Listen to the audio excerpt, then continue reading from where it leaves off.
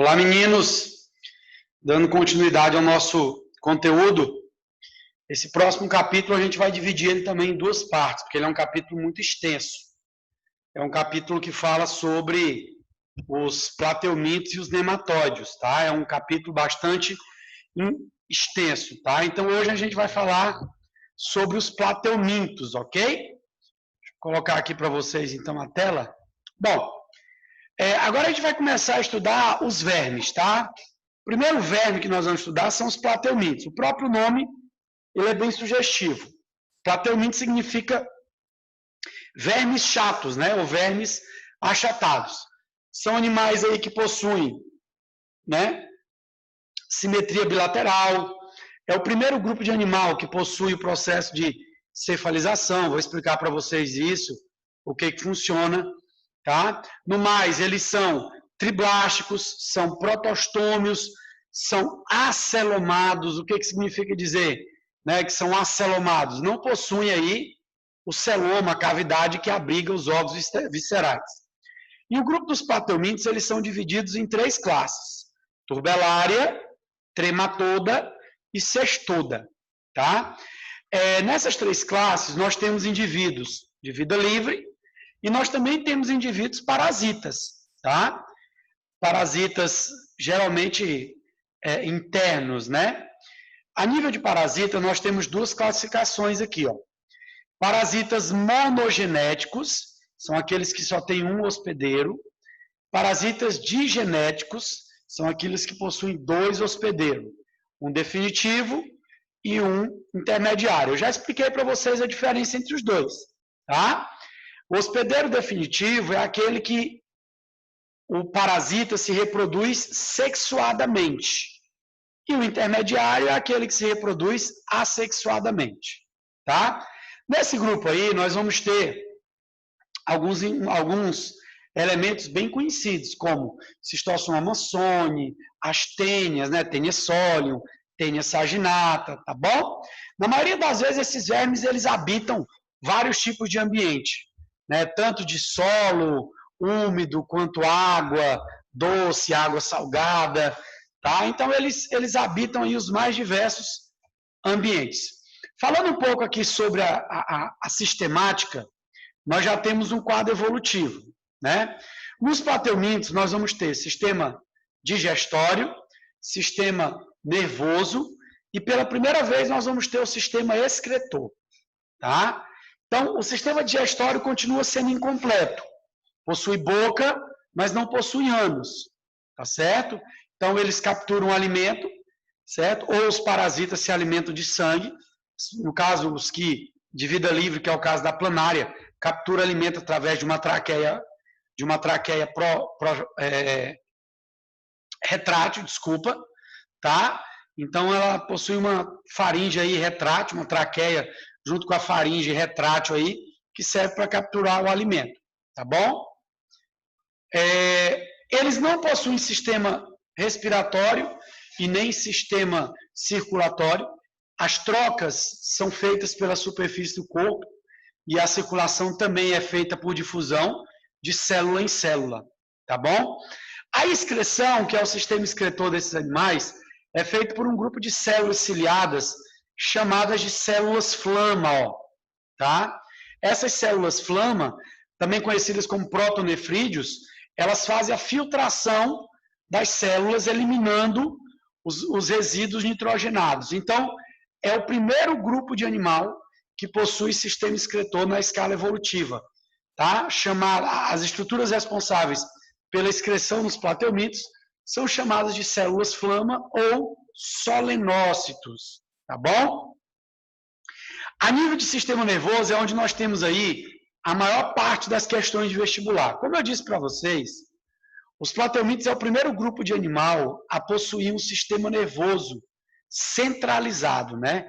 Nós dizemos que os plateumintos, eles possuem, né, o início do processo de cefalização, ou seja, a formação de um cérebro primitivo, tá? Então, nós temos aí, ó, na cabeça desses animais, gânglios cerebroides, que funcionam como cérebros primitivos, de onde partem cordões nervosos, e esses cordões, eles se ligam entre si, tá? Além do mais, nós podemos ter órgãos anexos, como, por exemplo, ocelos.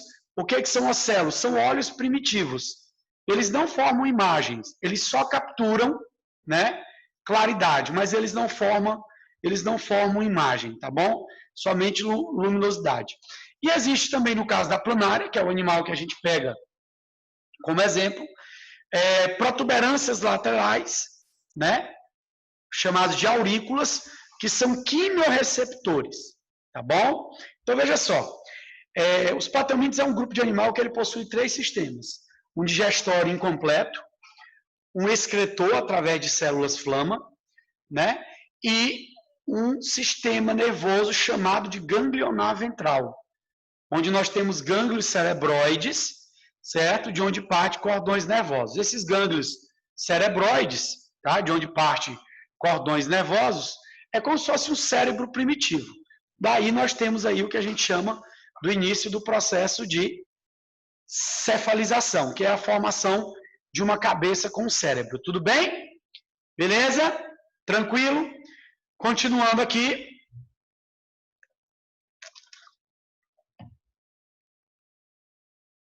Vamos falar aqui um pouco, tá, das classes agora.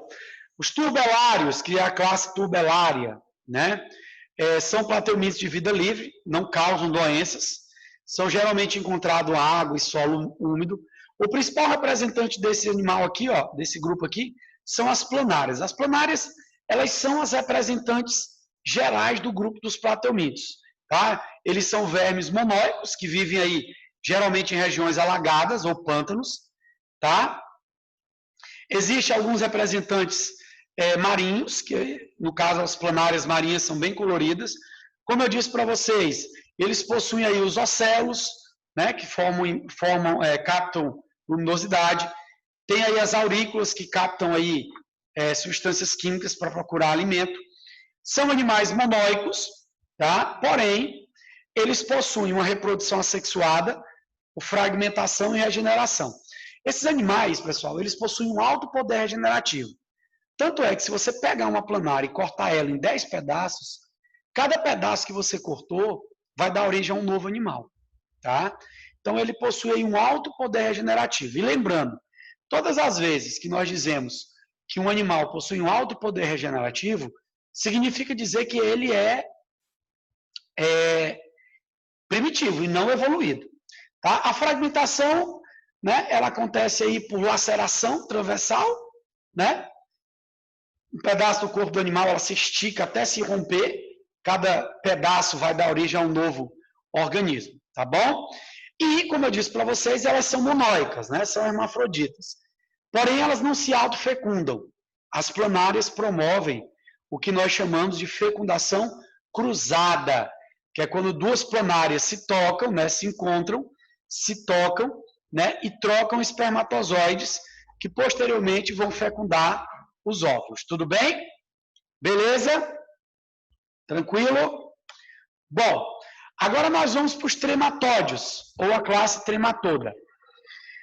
Aqui nós temos 2 representantes principais, o Cistossoma mansoni, né, que é um verme causador de uma doença conhecida como esquistossomose, popularmente conhecida como barriga d'água, tá certo?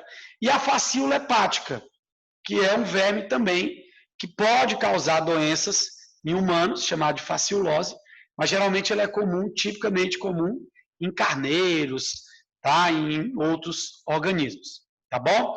No caso dos trematódios, o Cistossoma mansoni, ele é dioico, tem sexos separados, tá? Aqui nós temos o macho e a fêmea, certo? Um maior que o outro, né? O macho maior que o outro. No interior do macho, existe um canal conhecido como canal ginecóforo ou ginetocóforo, certo? É onde a fêmea, que é bem fininha, ela penetra nesse canal e aqui dentro desse canal vai acontecer, certo? Aqui dentro desse canal vai acontecer a cópula, tá bom? Vai acontecer a cópula, tá certo? Beleza, meninos? Alguma dúvida sobre isso aí? A fasciolose é um animal monóico, tá? Tá aqui ele. Como eu disse para vocês, ele pode sim parasitar humanos, geralmente no fígado, a fasciolose, mas ele é típico de carneiros, de suínos, de ovinos, tá bom? Mas ele pode sim ocasionar uma parasitose humana. Bom, então vamos falar aqui para a esquistossomose, que é a principal doença. Isso aqui cai muito no vestibular, tá?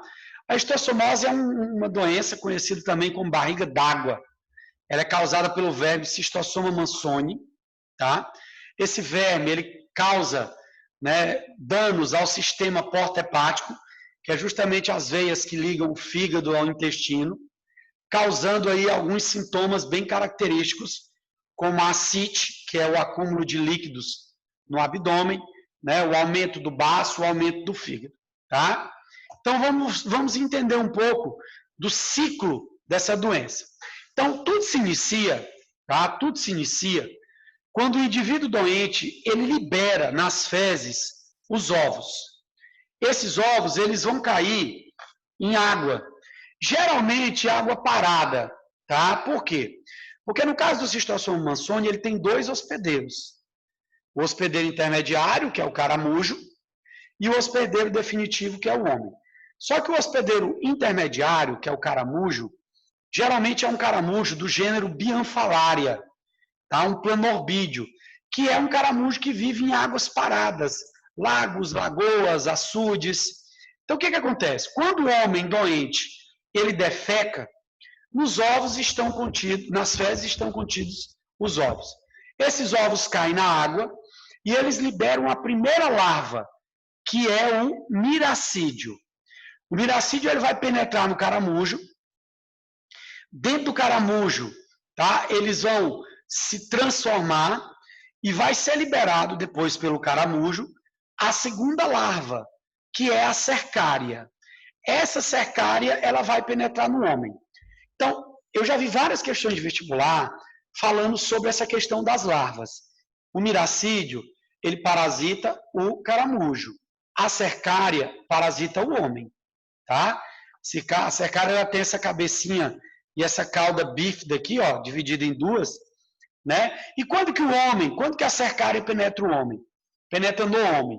Quando, né, o homem tem contato com essa água parada.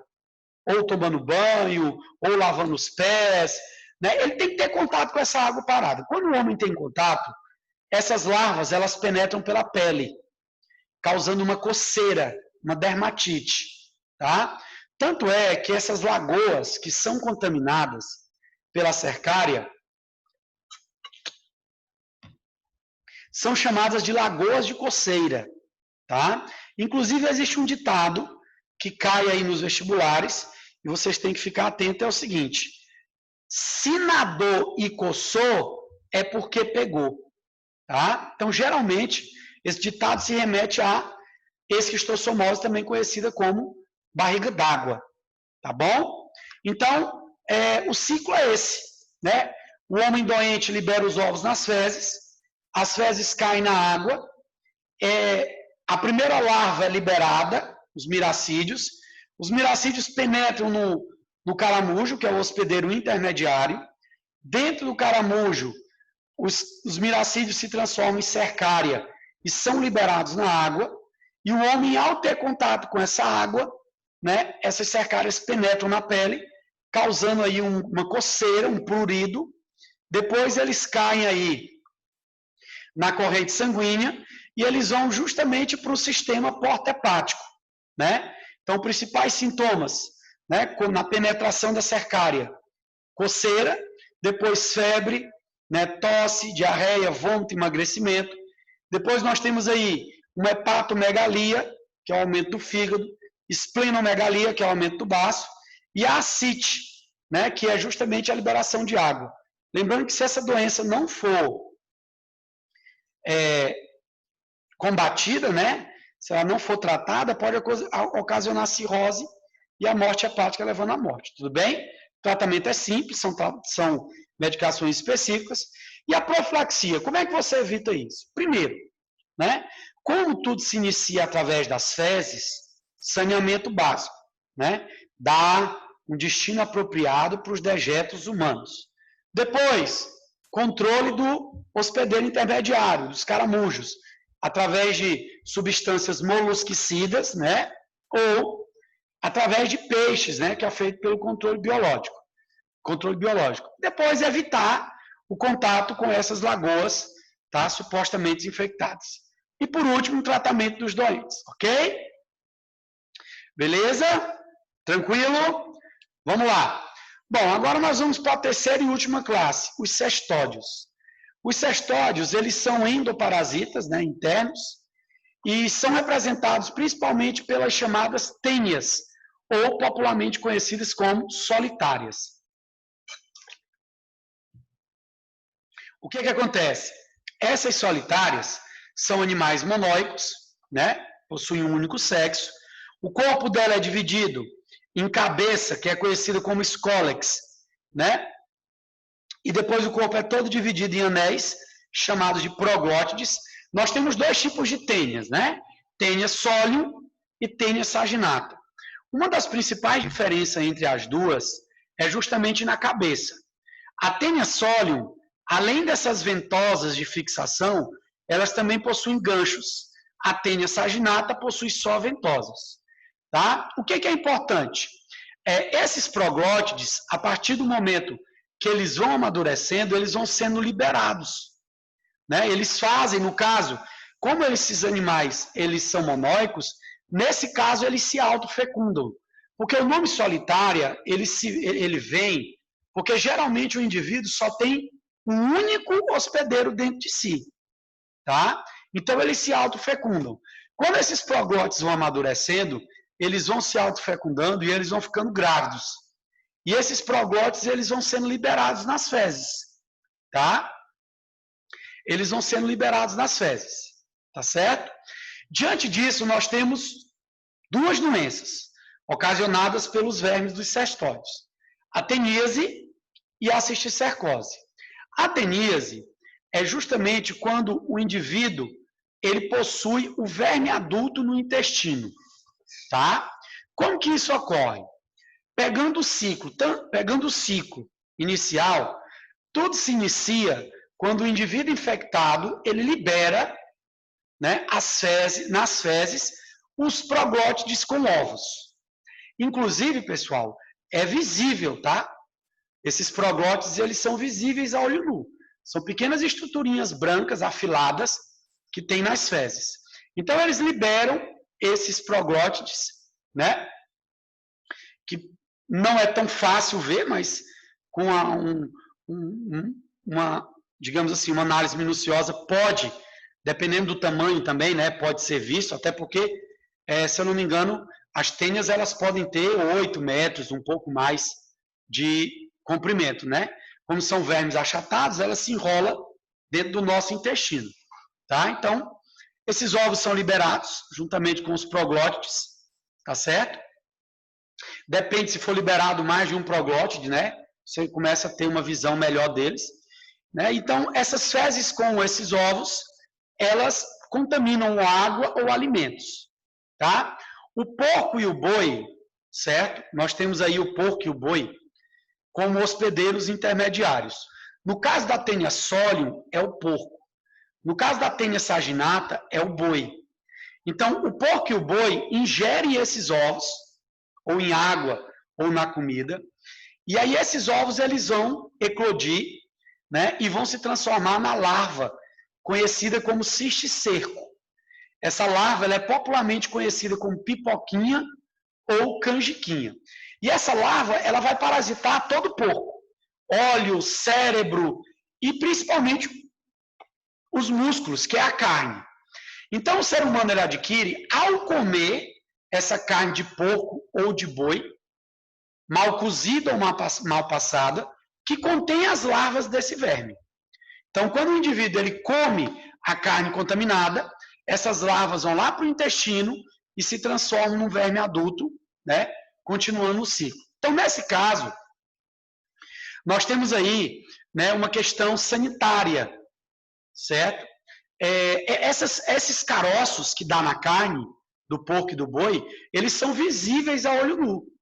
Tanto é que nos matadouros públicos deve-se ter um médico veterinário responsável pela inspeção dessa carne, porque é visível a olho nu, tá? É visível a olho nu, certo? Então, voltando aqui novamente, o ciclo se inicia quando o indivíduo infectado libera os ovos nas fezes. Esses ovos eles vão ser consumidos ou pelo boi ou pelo porco, depende do tipo de tênia. Se for o porco, é tênia solium, se for o boi, é tênia saginata. E o ser humano adquire essa doença ao comer essa carne de porco ou de boi, contaminada com essa larva, mal cozida ou mal passada. Né? Aí, ingerindo essa larva ela vai lá para o intestino e vai se transformar num verme adulto. Isso caracteriza-se a teníase, tá? Nós temos aí como sintoma aí, ó, perda de apetite, enjoo, diarreia, irritação, tá? O tratamento são vermífugos simples. Profilaxia, como se evitar? Primeiro, saneamento básico, né? Juntamente com a educação sanitária. Depois, fiscalização dos frigoríficos, só comprar carne em açougues credenciados, não comer carne de porco, né, ou carne de gado mal cozida ou mal passada, e o tratamento dos doentes. Tudo isso. Ok, meninos? Beleza? Tranquilo? Vamos adiante. Bom, a outra doença que nós temos é a cisticercose humana, também conhecida como neurocisticercose, que é a forma mais grave da doença. Nessa doença, o homem ele faz o papel do porco e do boi. Né? Ele ingere diretamente os ovos. Agora não tem nada a ver com carne. A cisticercose, ela se dá quando o homem ingere os ovos da tênia. Geralmente tênia solium, tá? Geralmente tênia solium. Então, quando ele ingere os ovos da tênia, esses ovos vão eclodir e as larvas vão parasitar o ser humano, assim como fazem com o porco e com o boi, certo? Então, elas podem se alojar em vários órgãos, porém, a forma mais grave da doença é quando atinge o cérebro. As larvas lá, elas se alojam e começam a causar danos, e os principais sintomas é dor de cabeça, desmaio, convulsões, paralisia, cegueira e até mesmo a morte, tá? Então, no caso da cisticercose, não tem nada a ver com o porco e com o boi, tem nada a ver com a carne. O homem ele ingere os ovos ou na água ou em alimentos contaminados, tá? Então, ele ingere diretamente os ovos. Ele faz o papel do porco e do boi na teníase. Tudo bem? Beleza, meninos? Alguma dúvida? Tranquilo? Bom, qualquer coisa vocês podem me procurar, podem me perguntar. Na próxima aula a gente continua com o filo nematóide, ok? Tchau, tchau, até mais!